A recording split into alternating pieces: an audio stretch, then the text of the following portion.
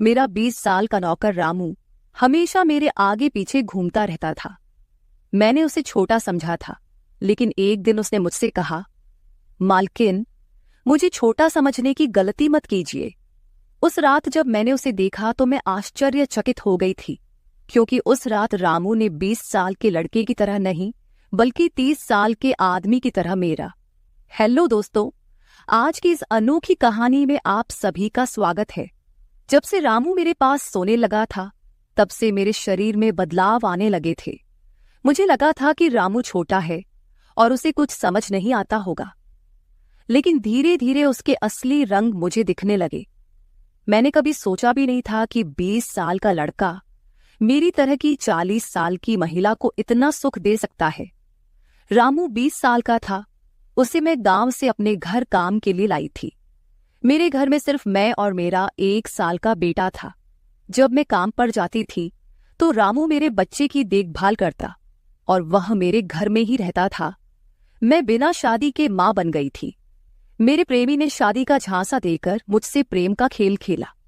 जब मैं गर्भवती हो गई तो मैं उसके घर गई और वहां मैंने देखा कि उसकी शादी हो रही थी।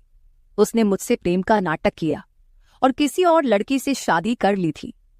मेरे पेट में पल रहे बच्चे को मारने का मेरा मन नहीं हुआ, और जब मैंने गर्भपात कराने का सोचा, तब तक समय निकल चुका था।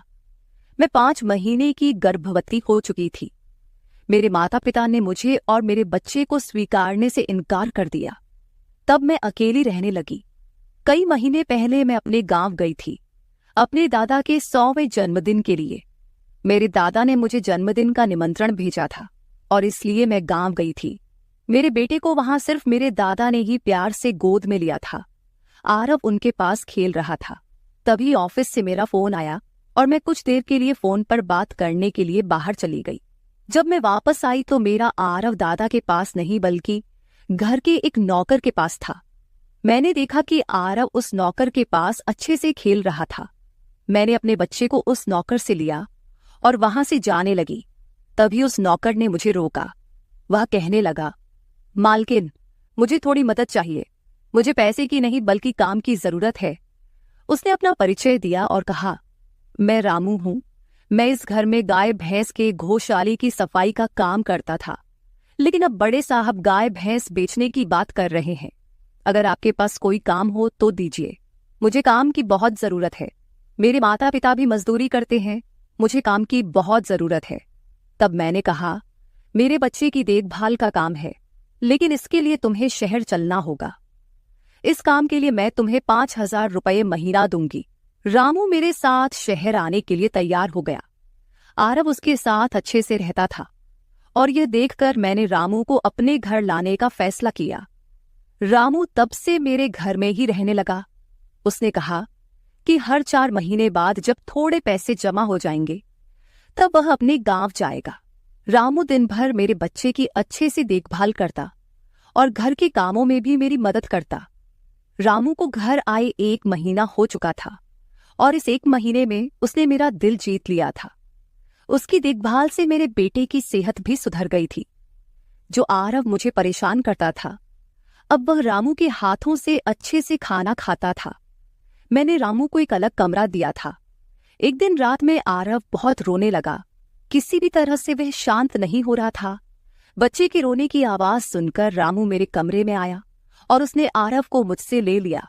रामू के पास जाते ही आरव शांत हो गया था। रात बहुत हो चुकी थी। आरव रामू को छोड़ नहीं रहा था, तो मैंने रामू को अपने कमरे में ही सोने के लिए कह दिया। सुबह जब मैं उठी तो आरव रामू से लिपटकर सो रहा था। उस रात के बाद से रामू आरव के लिए मेरे कमरे में सोने लगा। रामू के आने के बाद सब कुछ अच्छे से चल रहा था। रामू के काम से खुश होकर छुट्टी के दिन मैं उसे मॉल लेकर गई। वहां मैंने उसके लिए अच्छे कपड़े खरीदे और सैलून में जाकर उसकी नई हेयर स्टाइल बनवाई। रामू देखने में अच्छा था, लेकिन वह एकदम साधारण तरीके से रहता था। उस दिन मैंने उसका पूरा लुक ही बदल दिया था।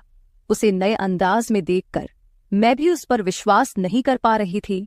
कल तक जो एक साधारण सा नौकर था, वह इतना हैंडसम और स्मार्ट दिख सकता है, इसकी मैंने कल्पना भी नहीं की थी। मॉल से हम घर आए तो आरव आते ही सो गया था। मैंने उसे कमरे में बिस्तर पर सुला दिया और पानी पीने के लिए बाहर जाने लगी। तभी रामू मेरे लिए पानी लेकर आया। पानी पीकर मैंने गिलास रखा और रामू मुझे तब से ही एकटक देख रहा था। जैसे ही मैंने गिलास रखा उसने मुझे गले लगा लिया। कई सालों बाद किसी पुरुष ने मुझे गले लगाया था। मैंने उसे खुद से दूर किया।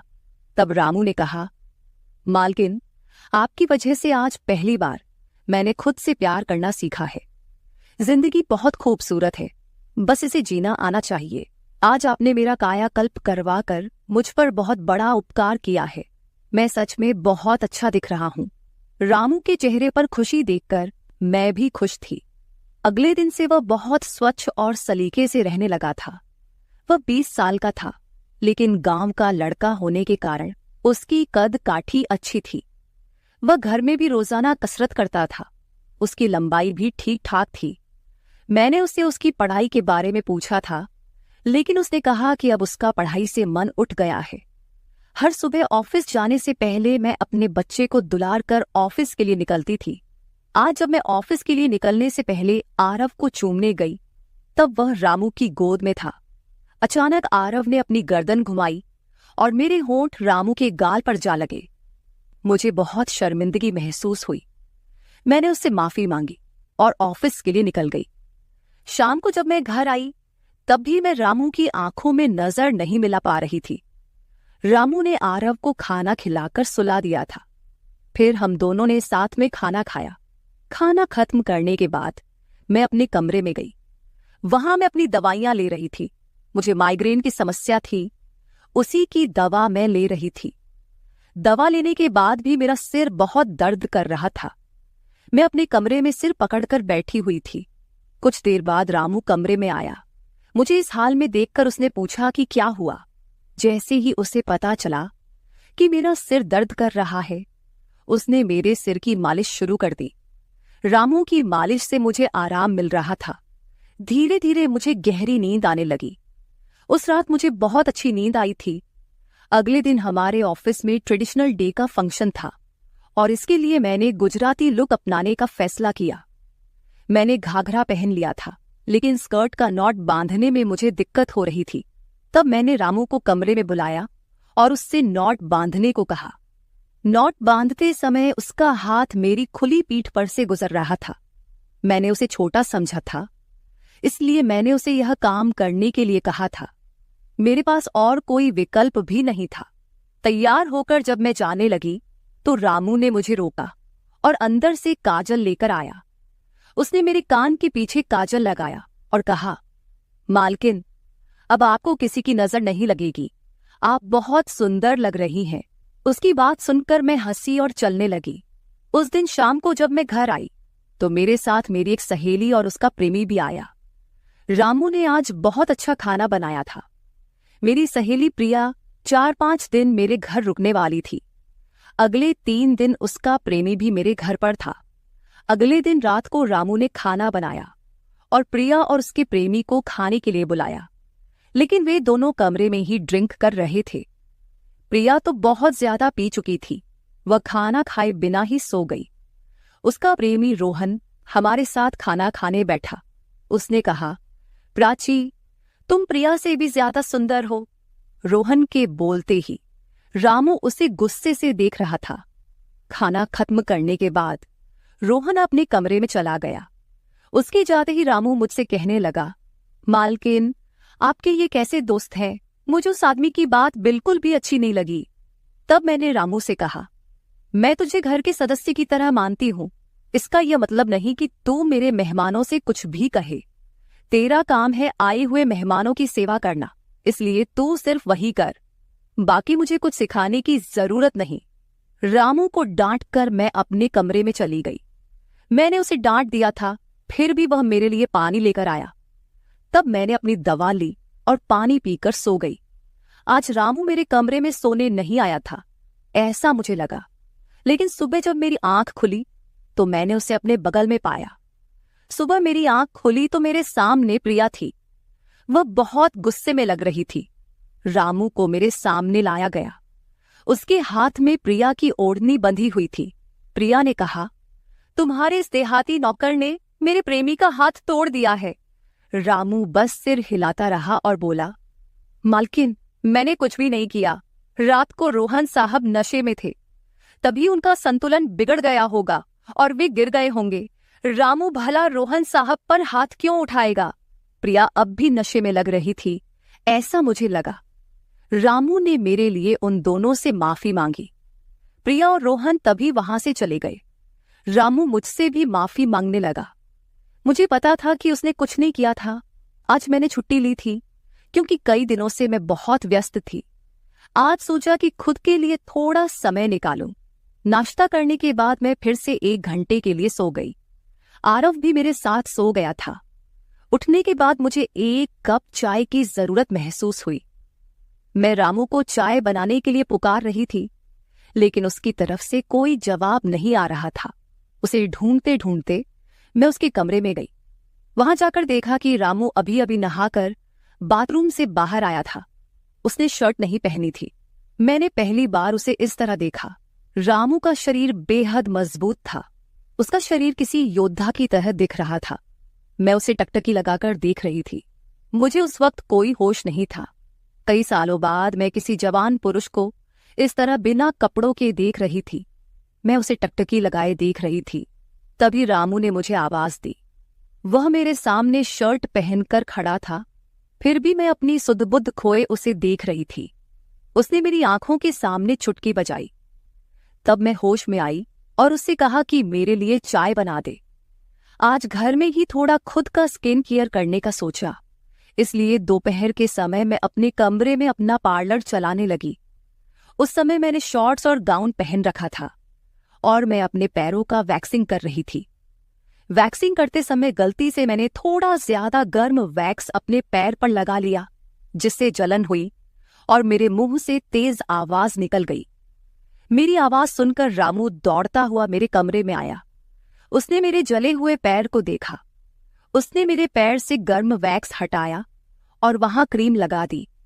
उसके हाथ बार बार मेरे पैर पर अनजाने में फिर रहे थे और उस वक्त मेरे मन में जो भावनाएं उत्पन्न हो रही थीं, उन्हें व्यक्त करना मेरे लिए मुश्किल हो रहा था।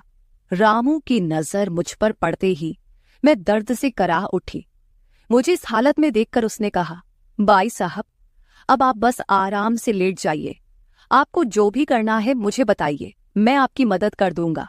मैंने उसे मेरे दूसरे पैर का वैक्सिंग करने को कहा। रामू ने जैसा मैंने बताया वैसा ही किया। उसने मेरे चेहरे की मसाज भी कर दी। उसके स्पर्श से मुझे बहुत आराम मिला। आज का छुट्टी का दिन मेरे लिए आरामदायक बीता। रामू में हर गुण भरा हुआ था। वह किसी भी काम में पीछे नहीं था। आज रात मैंने उसे मेरे कमरे में सोने के लिए मना कर दिया। दिन भर मैं घर में नहीं होती, कम से कम रात को तो मुझे मेरे बच्चे के साथ अकेले समय बिताना चाहिए। हर बार रामू का आना मुझे पसंद नहीं था, इसलिए मैंने उसे कमरे में सोने के लिए मना कर दिया। इस तरह दिन बीतने लगे। कुछ दिनों तक रामू के बिना आरव रात को सो नहीं पाता था, लेकिन धीरे धीरे उसने रोना बंद कर दिया। मुझे अपने अंदर कुछ बदलाव महसूस होने लगे थे। सुबह उठते ही मेरा शरीर बहुत दुखने लगता था। अचानक ये सब क्यों हो रहा है, समझ नहीं आ रहा था। कुछ दिनों में मेरी शारीरिक पीड़ा इतनी बढ़ गई कि मुझे बिस्तर से उठने की भी इच्छा नहीं होती थी। तब मैंने ऑफिस से 1 हफ्ते की छुट्टी ले ली। कुछ दिनों आराम किया, शायद थोड़ा ठीक हो जाऊं। अब पूरा वक्त आरव रामू के साथ रहता था। जब उसे भूख लगती तो वह बीच बीच में मेरे पास आ जाता। आज मैं अपनी कमर पकड़कर बैठी थी। रात को रामू पानी लेकर मेरे कमरे में आया। मेरी कमर पर हाथ देखकर उसने समझ लिया कि मुझे बहुत तकलीफ हो रही है। रामू ने कहा, बाई साहब, अगर आपको कोई आपत्ति ना हो तो मैं आपकी कमर की मालिश कर देता हूं। मेरी कमर इतनी दुख रही थी कि मैंने उसकी मालिश के लिए हाँ कर दी, लेकिन उससे पहले मैंने अपने कमरे की लाइट बंद कर दी। छोटे 0 बल्ब की रोशनी में मेरी कमर उसे नहीं दिखेगी, इसलिए मैंने कमरे की बड़ी लाइट बंद करके 0 बल्ब जला दिया। वह जब मालिश कर रहा था, मुझे बहुत आराम मिल रहा था। मालिश करने से मेरी पीड़ा जैसे झट से गायब हो गई थी। मालिश करते समय रामू ने मुझसे पूछा, बाई साहब, आपको आरव के पिता की कभी याद नहीं आती? आप इतनी सुंदर और जवान होकर भी अभी तक अकेली क्यों हैं? उसके सवाल का मेरे पास कोई सही उत्तर नहीं था। मैंने उससे कहा कि शायद तुम्हारे सवाल का उत्तर मेरे पास नहीं है। उस सवाल पर वहीं विराम लग गया। रामू की मालिश से मुझे अच्छी नींद आ गई थी। अगले 2 दिन बाद वह तारीख थी जब मैंने अपने प्रेमी से मुलाकात की थी। आखिर वह दिन आ ही गया। उस दिन मैंने दिन भर अपने मन को किसी न किसी काम में व्यस्त रखने की कोशिश की, लेकिन रात के अंधेरे में मुझे अपने प्रेमी की बहुत याद आ रही थी। आज वह मेरे साथ नहीं था, लेकिन वह मेरे बच्चे का पिता था। आरव को देखकर मुझे रोज उसकी याद आती थी और आज मैं अपनी भावनाओं को छुपा नहीं पाई। मैं अपने कमरे में जोर जोर से रोने लगी। आरव पास में सो रहा था, इसका भी मुझे ध्यान नहीं रहा। मैंने आज अपनी दवाइयां भी नहीं ली थीं। रामू पानी लेकर मेरे कमरे में आया। मुझे रोते हुए देखकर उसने मुझे पानी पिलाया। जब मैं शांत हुई तो उसने मुझे दवाइयां दी। मेरे रोने की आवाज से आरव हल्का हिलने लगा। वह जाग न जाए, इसलिए रामू मुझे अपने कमरे में ले गया। वहां जाकर मैंने उसे कसकर गले लगा लिया। ऐसा लग रहा था कि मैंने अपना होश खो दिया था। मेरा रोने का कारण सुनकर रामू भी शांत हो गया था। वह लगातार मेरे आंसू पोंछ रहा था। रोते रोते मैंने उसका कंधा पकड़ लिया। धीरे धीरे मैंने उसे और करीब खींच लिया। मैंने उससे कहा, रामू, आज की रात मैं तुम्हारे साथ बिताना चाहती हूं।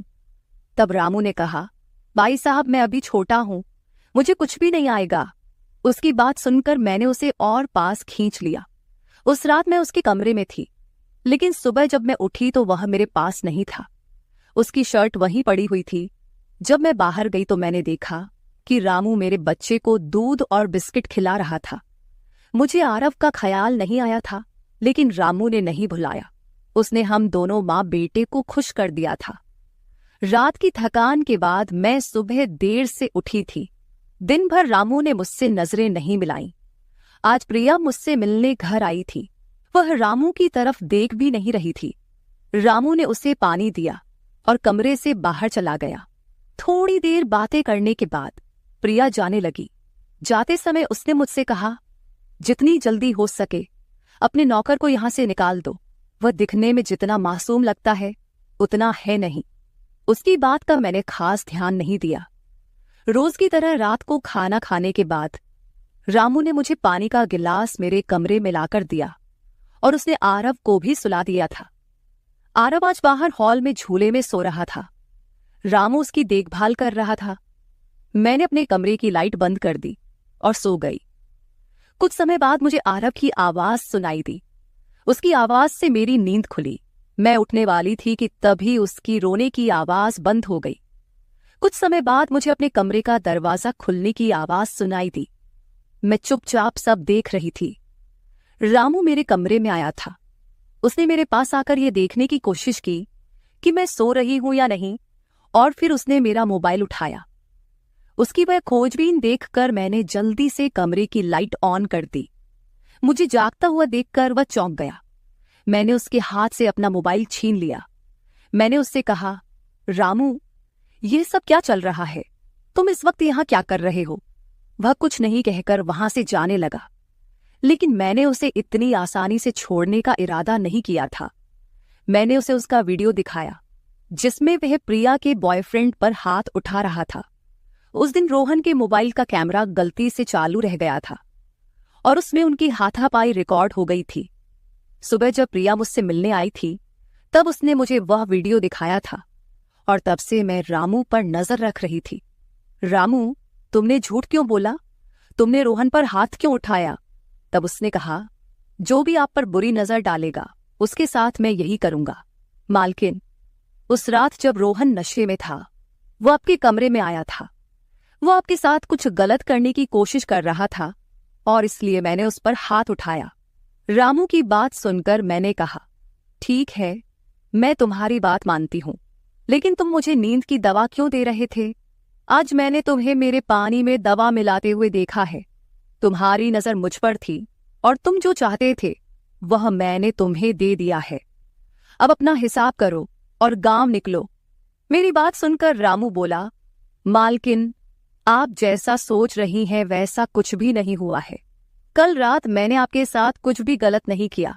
मैंने आपके पानी में नींद की दवा मिलाई थी, जिससे आप मेरे पास आते ही सो गई थीं, और मुझे आपके साथ कुछ भी गलत नहीं करना था। कुछ दिन पहले मैंने आपको रात में फोन पर बात करते हुए देखा था।